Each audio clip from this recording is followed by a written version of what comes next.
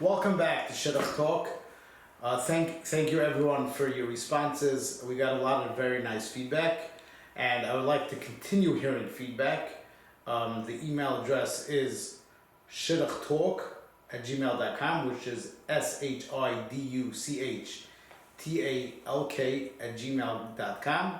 Again, thank you Shmuel David Productions for arranging this and taking care of all the videos. Last week we spoke about the idea of bashert. We discussed, which means the spouse that everyone's supposed to have. We discussed the idea of 40 days before conception, that the actual person you're supposed to marry goes into your DNA, that the 40 days before conception, the announcement of the bas plani happens. And we discussed why it's so important that it should be so into the person and not just an idea of who you're marrying. So now I would like to go a little off, because now we just started the 3 weeks, yesterday actually, and we have the 3 weeks, then we have the 9 days, and then we have Tisha B'Av. The halacha is, you're not allowed to get married during Tisha B'Av. You're not allowed to have erusin. You're not allowed to have erusin also during the 3 weeks, which is a higher form of engagement that we actually do by the chuppah. And then we have engagement, which we call shidduchim. So the shidduchim is our engagement. Then comes erusin, that you're married in certain things. And then comes nesuin, that you're fully married. So you're not allowed to have nesuin, you're not allowed to have erusin, but you're allowed to have shidduchim. You're allowed to get engaged. Now the question is why?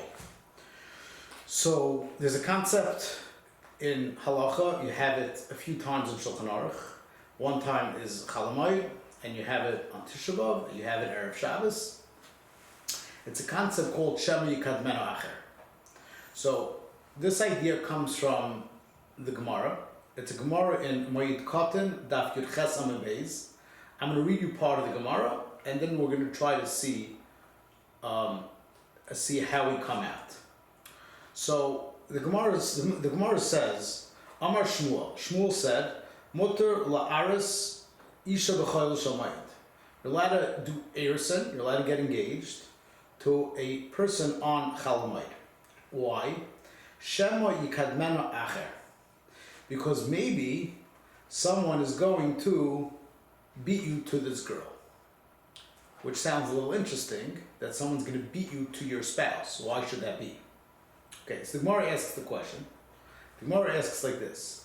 The Gemara asks that it says, Ein noisen nashim b'mayid. You're not allowed to have nesuin, which is married on chalamayid. Loy psulas, single girls, loy almanas, not almanas, widows, loy miyab b'pnei shesimcha hiloy. Hola aris, to get engaged, loy ka'avid mitzvah, ela afilu lisa nami, to ka'avid mitzvah, tashma. Okay, now comes the Gemara that we want to discuss. Tana de Beis Shmuel. They learned in the Beis Medrash of Shmuel. Ma'arsin, you're allowed to do erusin, which is the step before the suin. Avoloi koinsim, you're not allowed to actually get married. Ve'in oisin sudas erusin, and you're not allowed to make a party. Loi miyabim v'pnei shesimchi lo. Shmamina, that you're allowed to do it. That's the Gemara. Now comes the question that we want to discuss. Umi Amar Shmuel. How could Shmuel say a concept of Shema Yikadmenu Acher, that someone might beat you to your bashert? V'ha'amar Rav Yehuda Amar Shmuel. Rav Yehuda said in the name of Shmuel, B'chol yom v'yom, every day a baskol goes out, v'yimeres, and says, Bas Pliny LePliny. This girl is for Pliny. Sada Pliny LePliny, this field goes from this person. So how could it be that someone could beat you? It was announced. Very simple question. The Gemara we discussed last week in Masechta Saita, that there's a baskol. So if it's your bashert, why should we worry that someone's going to beat you? Ella, the Gemara says, I'll tell you what Shema Yikadmenu Acher means. Shema Yikadmenu Acher means berachamim, with rachmanis. What's the story? Ki had Rava, the story of Rava, a story, Shammai, he overheard, Hu Gavra, to a certain person, the boy Rachma, he was davening to Hashem, va'amar tizdamin li planisa. I want to marry a specific girl. Amalei, Rava told this person, loiti boy Rachme hachi, don't ask such a request. Why? Because if she is deserving to you, she's not going to leave you. V'iloi, and if she's not the right person, kafarta b'Hashem, you're going to become a kafir in Hashem. Stop. Basar hachi. Afterwards, he overheard Shamei, the Ka'amar, he heard him say, Oy ihu limos mikama, either he should die before her, or ihi tomos mikame, or she should die before him. Amalei, Rava told him, La'avamina, didn't I tell you, loiti ba'i Allah, the milsa hachi?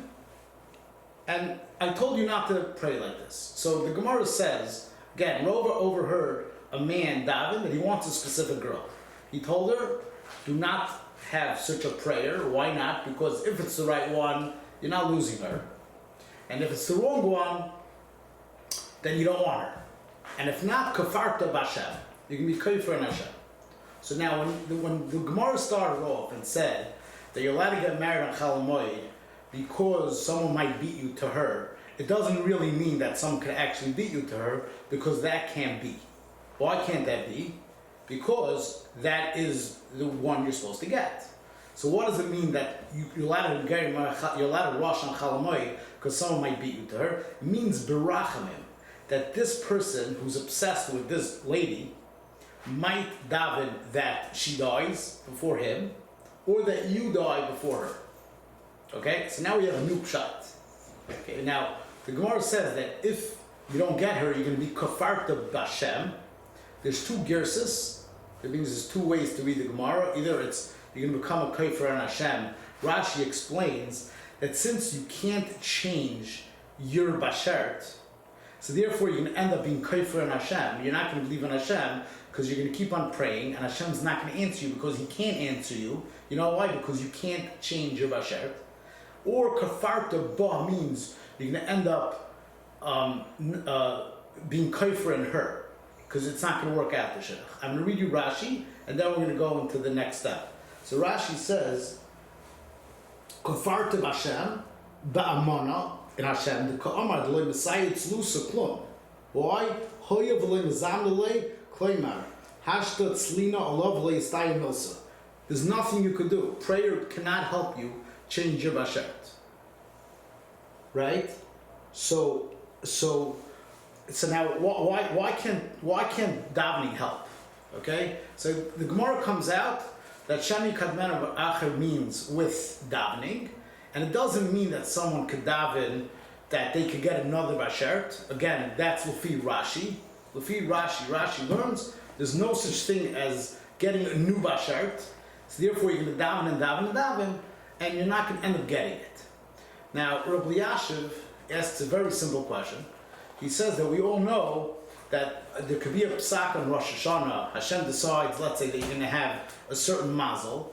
You could daven that it could change. You could daven every day. We daven every day for parnasa, for health. So why is Shidduchim different than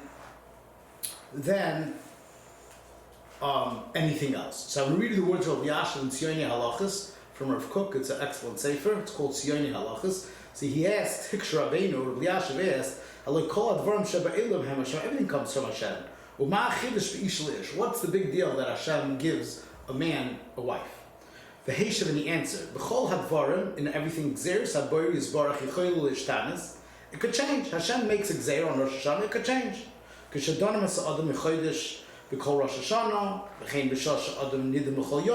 There's different levels of judgment. Some happens every Rosh Hashanah, some happens every month, some happens every week, some happens every day, some happens on Rosh Hashanah Le'ilanos, on Tu B'Shvat.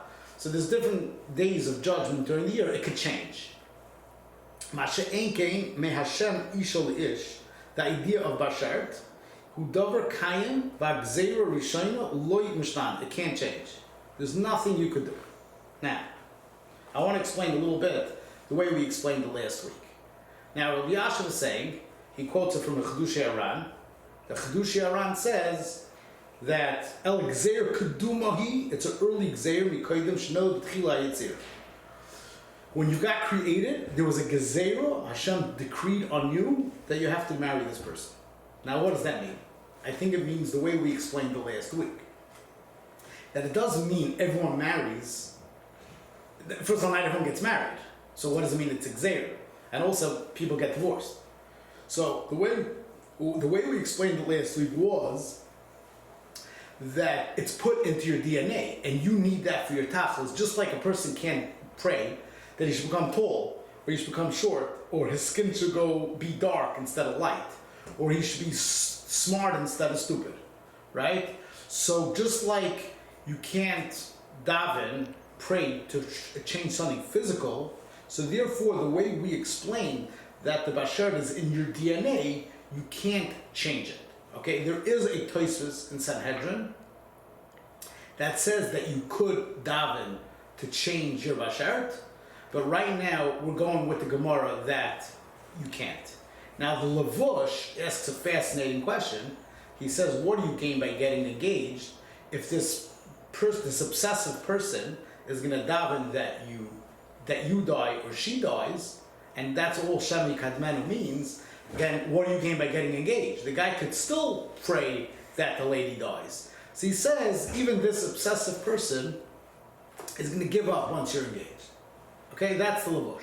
So what comes out from our Gemara is that on Chalamoid, you're allowed to get engaged because someone might beat you, and we say it means he might pray that either you or your wife dies. Now the same halacha is when it comes to Tisha B'Av. Okay, so the Mechaber in Simon, in Orach Chaim Tov Kuf Nun Aleph, it says that you're not allowed to get married on Tisha B'Av, and then it says you're not allowed to make a Sudas Erusin, but he says to get engaged without a Sudas Mutter, even on Tisha B'Av. Afilu b'Tisha B'Av atzmai mutter la'aris shelo yikadmena acher. Okay, so now we know what that means. That someone shouldn't beat you doesn't mean that someone can actually beat you. It means that someone might daven that you're gonna die or she's gonna die, at least according to the way the Rashi learns.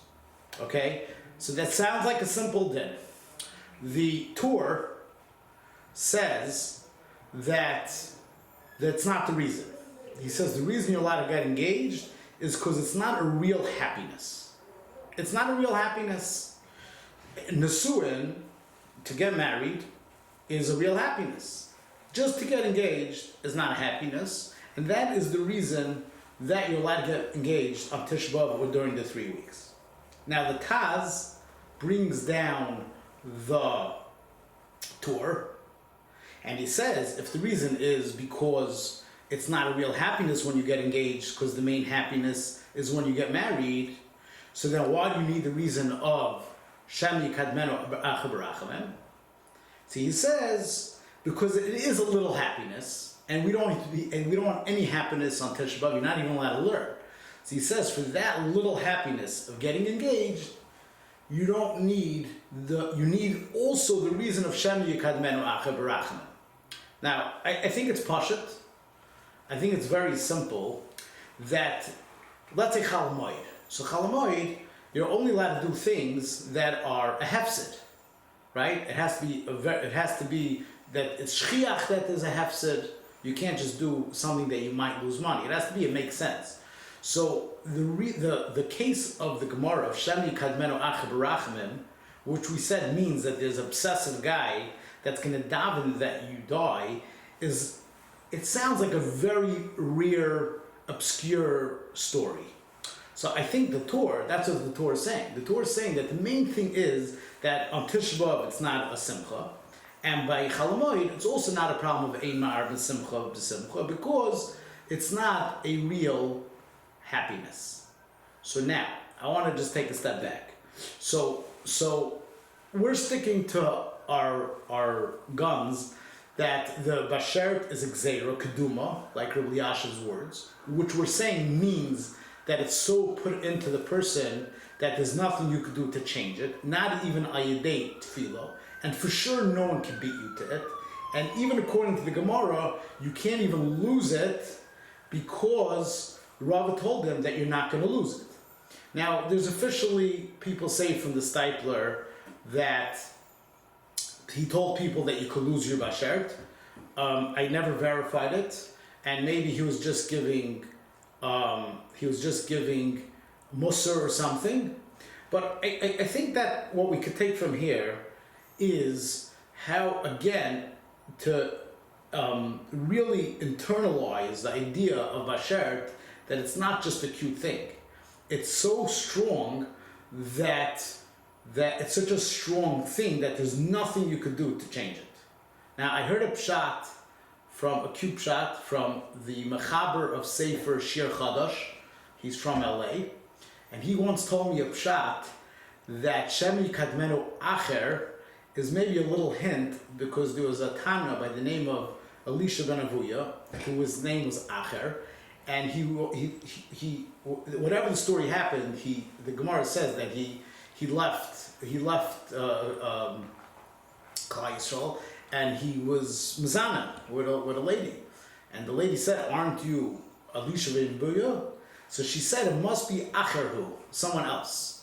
So this person told me that Shemi Kadmenu Acher is sort of a hint that you're supposed to get engaged right away, as soon as possible, that you shouldn't end up having a story of similar to Acher, that you're going to end up being Mizana.